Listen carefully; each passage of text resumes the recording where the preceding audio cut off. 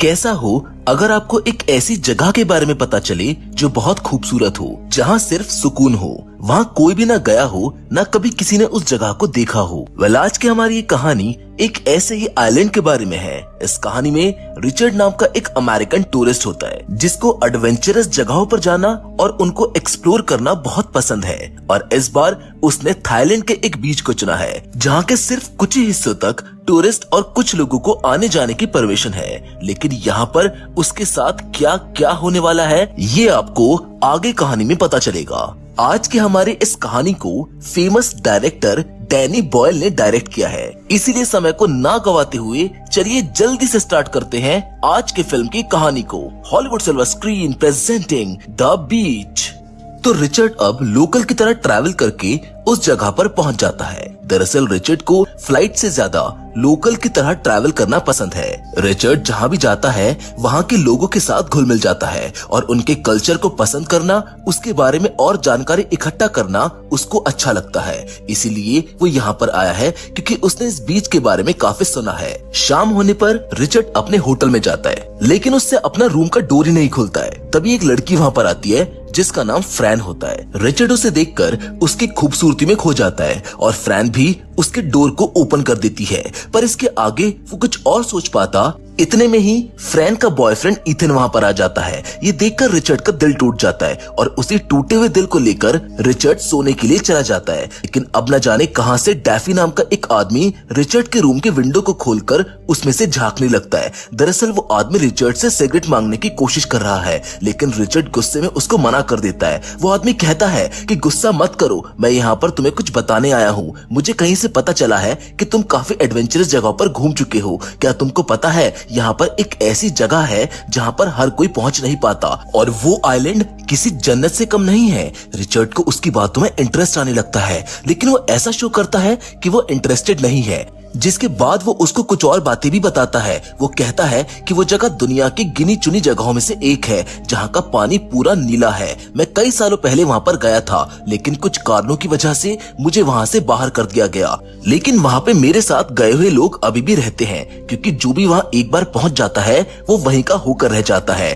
उसका वापस आने का भी मन नहीं करता। अब रिचर्ड उसकी बातों को इग्नोर कर देता है और सो जाता है, लेकिन उसके दिमाग में डैफी की कही हुई सारी बातें घूम रही होती है। अगले दिन जब वो बाहर से घूमकर अपने रूम में आता है तो वो देखता है कि उसके डोर के हैंडल पर एक मैप लगा हुआ है, जो कि शायद डैफी ने रखा है, क्योंकि उसके अंदर किसी बीच का नक्शा बना हुआ है। वो फौरन उसके रूम में जाता है जो कि उसके साइड में ही था, और जैसे ही वो डोर खोलता है तो वहाँ के नजारे देखकर उसके होश ही उड़ जाते हैं, क्योंकि डैफी ने खुद को बड़ी ही बेरहमी से मार डाला था। जिस पर रिचर्ड सोचता है कि ऐसे कोई खुद के साथ कैसे कर सकता है। वो यही सब सोचते हुए वहाँ से बाहर आ जाता है, लेकिन तभी वहाँ पर पुलिस आ जाती है। वो उसे पूछताछ के लिए पुलिस स्टेशन ले जाती है, जहाँ पर फ्रैन भी मौजूद होती है। उसके साथ कई गेस्ट भी होते हैं जो उस होटल में रुके हुए थे।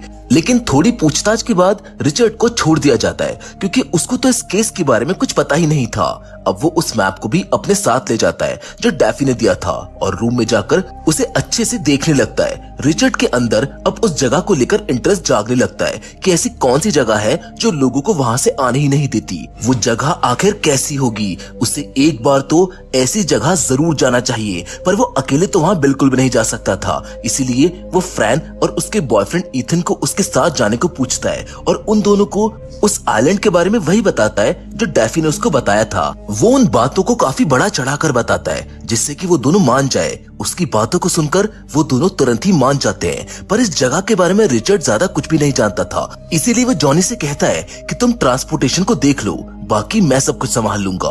अगले दिन वो तीनों निकल जाते हैं, लेकिन वहाँ पहुँचना इतना आसान नहीं था। इसलिए पहले तो वो एक दूसरे बीच पर रुकते हैं जहाँ इन्हें एक दिन रुकना होगा, क्योंकि यहाँ से उस आइलैंड पर जाने वाली बोट कल सुबह निकलेगी। इसीलिए सभी अपने रूम्स को बुक कर लेते हैं। रात में जब रिचर्ड अपने रूम में आता है तो उसको पता चलता है कि उसने अपनी कीज को खो दिया है। इस बात से उसे खुद पर बहुत गुस्सा आता है, क्योंकि कुछ दिनों से वो काफी लापरवाह हो गया है। उसे इस तरह से परेशान होता देख उसके साइड वाले लड़के उसे अपने साथ बैठाने के लिए बुला लेते हैं। काफी देर तक उनकी बातें चलती रहती है।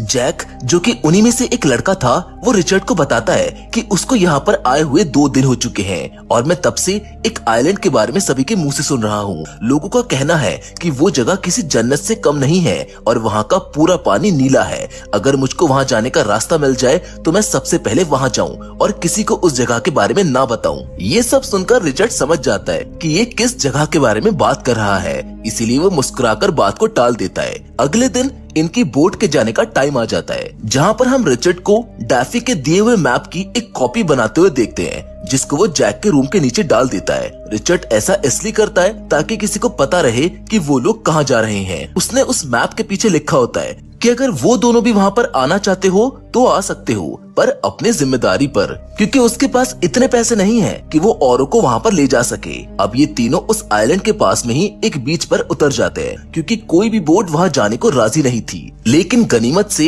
ये लोग उस आइलैंड से ज्यादा दूर नहीं है, इसीलिए ये तीनों डिसाइड करते हैं कि ये स्विम करके वहाँ तक जाएंगे।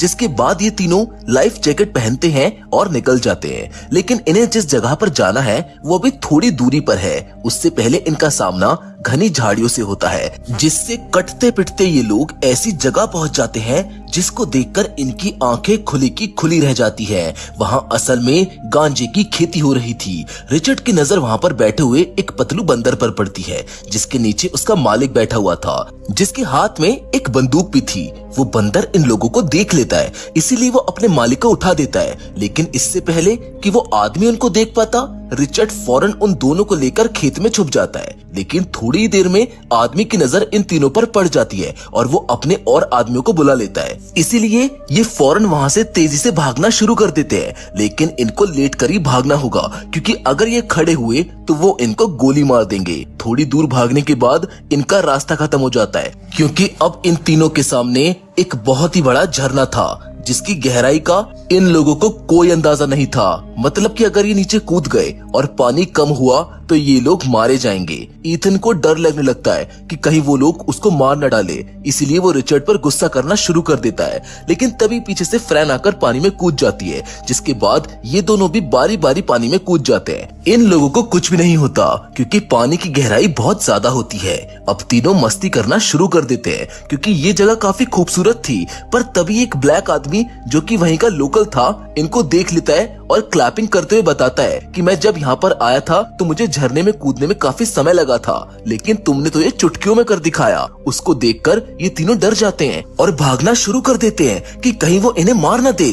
पर ऐसा होता नहीं है, बल्कि वो तो उल्टा उन्हें अपने साथ चलने को कहता है और ऐसी जगह पर ले जाता है जो कि इस दुनिया से परे है और इस दुनिया के रीति रिवाजों से अलग है। पर ये जगह असल में हमारी ही दुनिया से आए हुए कुछ लोगों ने बसाई है, जो कभी यहाँ से लौटकर गए ही नहीं। लेकिन उनके बाद यहाँ कोई नहीं आया और यही इस जगह की खासियत है। यहाँ पर चारों ओर बहुत सुकून है। लोग यहाँ बिना किसी बिजली, कार पोल्यूशन और इंटरनेट के रह रहे हैं। बस उन्हें अपना पेट पालने के लिए और अपने बच्चों को खिलाने के लिए काम करना पड़ता है। इसीलिए वो इस जगह पर गांजे की खेती करते हैं और उसे ही बेचकर अपना पेट भरते हैं। अब यहाँ पर वो आदमी इन तीनों को अपने सरदार सेल के पास लेकर जाता है, जो कि एक रशियन है। वो यहाँ पर एक टूरिस्ट के तौर पर आई थी और उसी ने ही ये जगह बसाई है। वो रिचर्ड से पूछती है कि तुम्हें इस जगह के बारे में कैसे पता चला। वो उसको वही मैप दिखाता है जो डैफी ने उसके लिए छोड़ा था, जिसको देखकर वो उसको देने वाले का नाम पूछती है।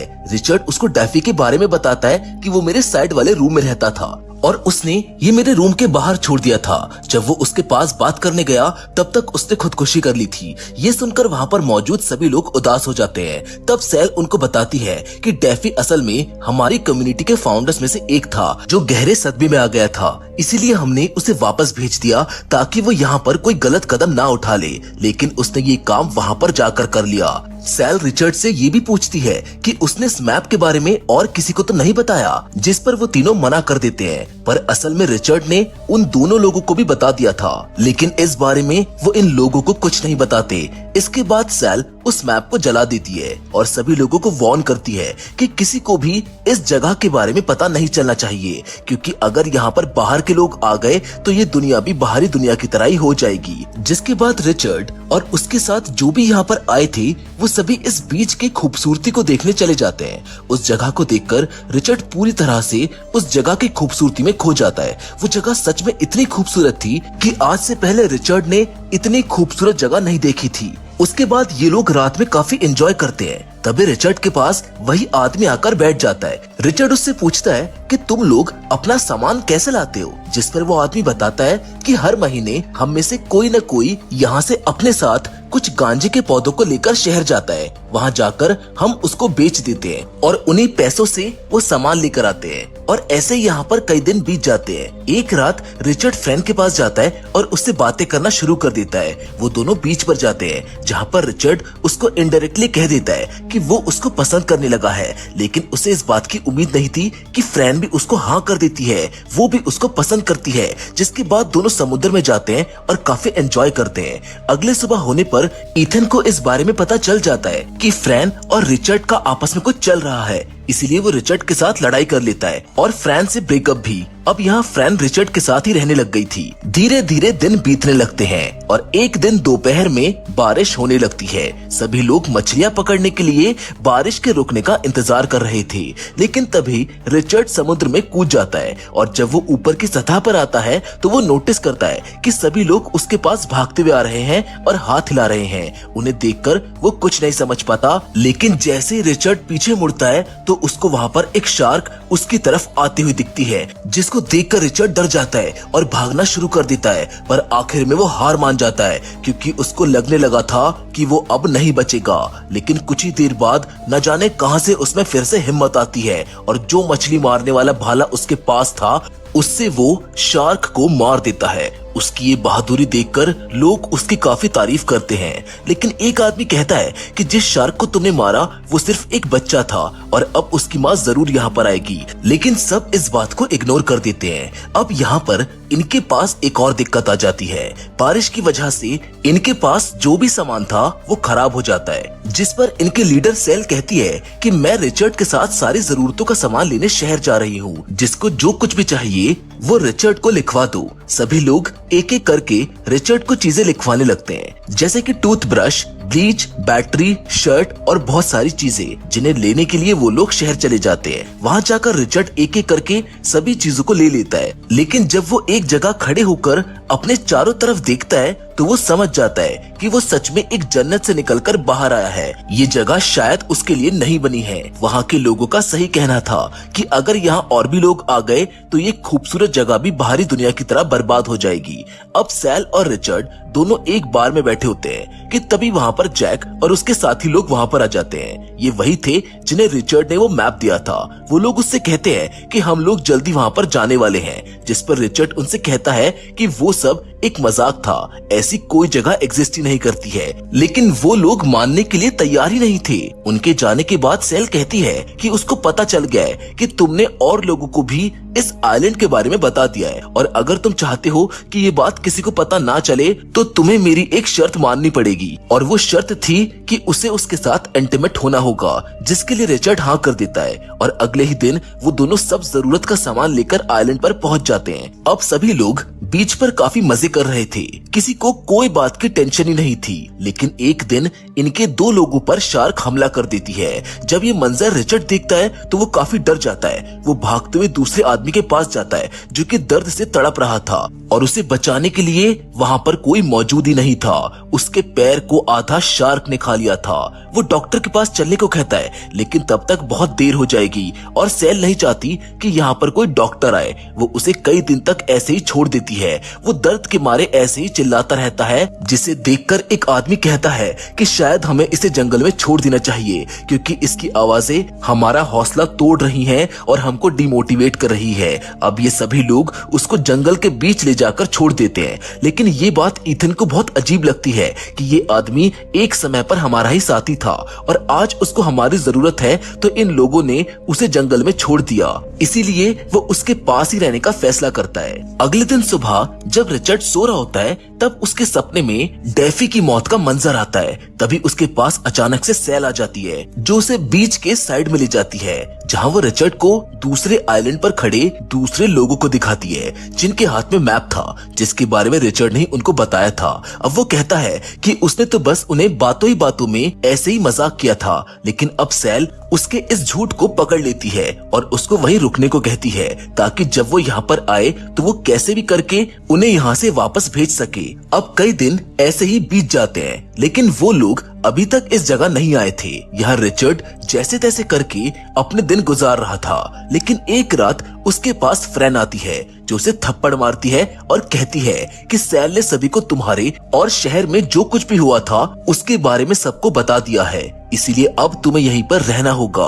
अब यहाँ रिचर्ड अकेला पड़ चुका था क्योंकि ना तो वो अब अपने लोगों के पास जा सकता था और ना ही शहर लौट सकता था। उसे अब कई अजीब अजीब से विजन आने शुरू हो जाते हैं और वो ऐसे ही जंगल में खुद को एक गेम में फंसा हुआ पाता है। जब उसको भूख लगती है तो वो कुछ कीड़ों को पकड़कर खा लेता है। फिर एक दिन वो देखता है कि वो जो लोग थे वो इस आइलैंड पर आ रहे होते हैं। वो फौरन उनके पास जाता है और उनको वार्न करने की कोशिश करता है, पर तब तक वो लोग उस गांजे के खेत में घुस गए थे।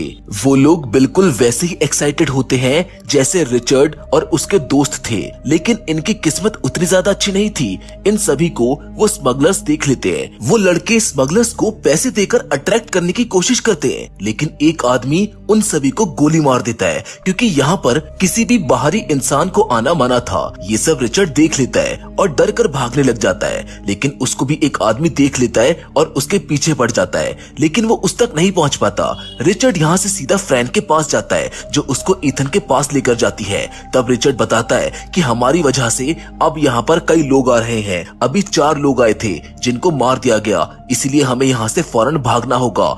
ईथन उस आदमी को सॉरी बोलता है जो कि यहाँ पर जख्मी था, जिसके बाद वो उसका गला दबाकर उसको मार डालता है। वो तीनों भागना शुरू कर देते हैं, लेकिन इतने में ही रिचर्ड के पीछे से कोई हमला कर देता है जिससे वो वहीं बेहोश होकर गिर जाता है और जब उसकी आंखें खुलती हैं तो वो खुद को उसी आइलैंड पर पाता है। उसके सामने वही सब लोग थे जिनके साथ में वो इतने दिनों से रह रहा था, लेकिन उसके सामने वो स्मगलर का लीडर भी होता है जो कहता है कि अब यहाँ पर और भी लोग आ रहे हैं और हमारे बीच में डील हुई थी कि कोई भी नया आदमी यहाँ पर नहीं आएगा। दरअसल सेल ने पहले ही इस आदमी से डील की थी। वो यहाँ पर अकेले रहना चाहती है, लेकिन अब हालात बिगड़ रहे हैं। वो स्मगलर कहता है कि मैंने तुम्हें मना किया था, अब तुम यहाँ से चली जाओ या मेरे हाथों से मारे जाओ। सेल स्मगलर के लीडर से कहती है कि ये सब रिचर्ड की वजह से हो रहा है और तभी वो स्मगलर सेल को एक बंदूक देता है जिसमें एक ही गोली थी। वो उसे रिचर्ड के ऊपर चलाने को कहता है, लेकिन यहाँ पर सब उसको ऐसा करने से मना करते हैं क्योंकि रिचर्ड उनके बीच का आदमी है